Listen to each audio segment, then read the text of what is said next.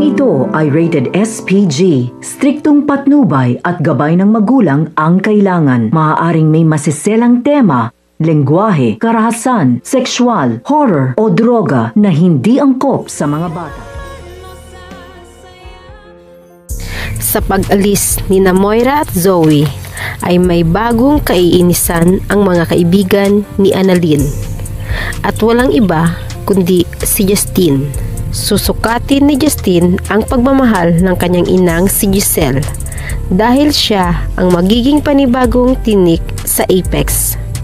Sa kanyang kondisyon na ilagay sa finance department ang amang si Eric ay nakaplano na pala na paunti-unting palulubugin ang Apex. Sa ganitong paraan, gusto niyang makaganti sa ina dahil nasisiguro niyang madudurog ito sapagkat alam niyang mahal na mahal nito ang hospital. Tuwang-tuwa naman si Eric dahil panigurado na ang tagumpay ng kanilang plano ni Justine na sirain sina Robert at Giselle at kukunin ang Apex sapagkat pumayag sa patibong na kondisyon si Giselle na siya ang magiging Vice President for Finance ng hospital. At napatunayan niya na hanggang ngayon ay mahina pa rin magdesisyon ang babae dahil kaagad na pumayag sa hininging kondisyon ng kanilang anak. At hindi lubos akalain ni Robert na sa muling pagkikita ng mag-inang Justine at Giselle ay simula rin pala ng unti-unting pagkasira nilang magkapatid. Sa kabilang banda, muling nabuhayan ng loob si Annalyn na makakasama pa rin siya sa Japan para magseminar dahil sa mga sinabi ni na Doc Lindon at Harry.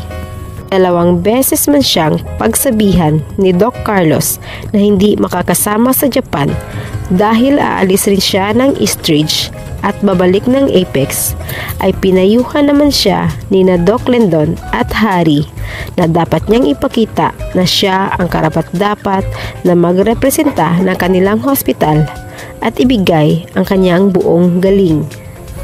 Habang sa kaloob-looban naman ni Doc Lindon ay nalulungkot at nasasaktan nang isiping hindi na niya makikita ang babaeng muling bumuo sa kanyang nadurog na puso dahil si Annalyn ang isa sa naniwala na isa siyang magaling at mabuting doktor kaya tinalikuran niya ang kanyang masamang gawain.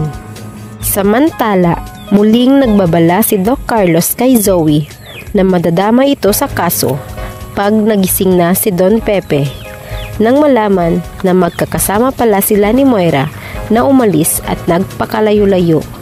Gusto sana niyang mailigtas ang anak. At ibinalita ni Carlos kay Zoe ang unti-unting pag-ayos ng lagay ni Don Pepe. Kaya kinakailangan na niyang maghanda sakaling maaalala na ng matanda ang lahat. Pag-alis ni Zoe ay siya ring pagdating ni Justine. Atin lamang aabangan kung si Justine ba ang magiging panibagong tinik sa buhay ni Annalyn. Dito lamang sa Abot Kamay na Pangarap.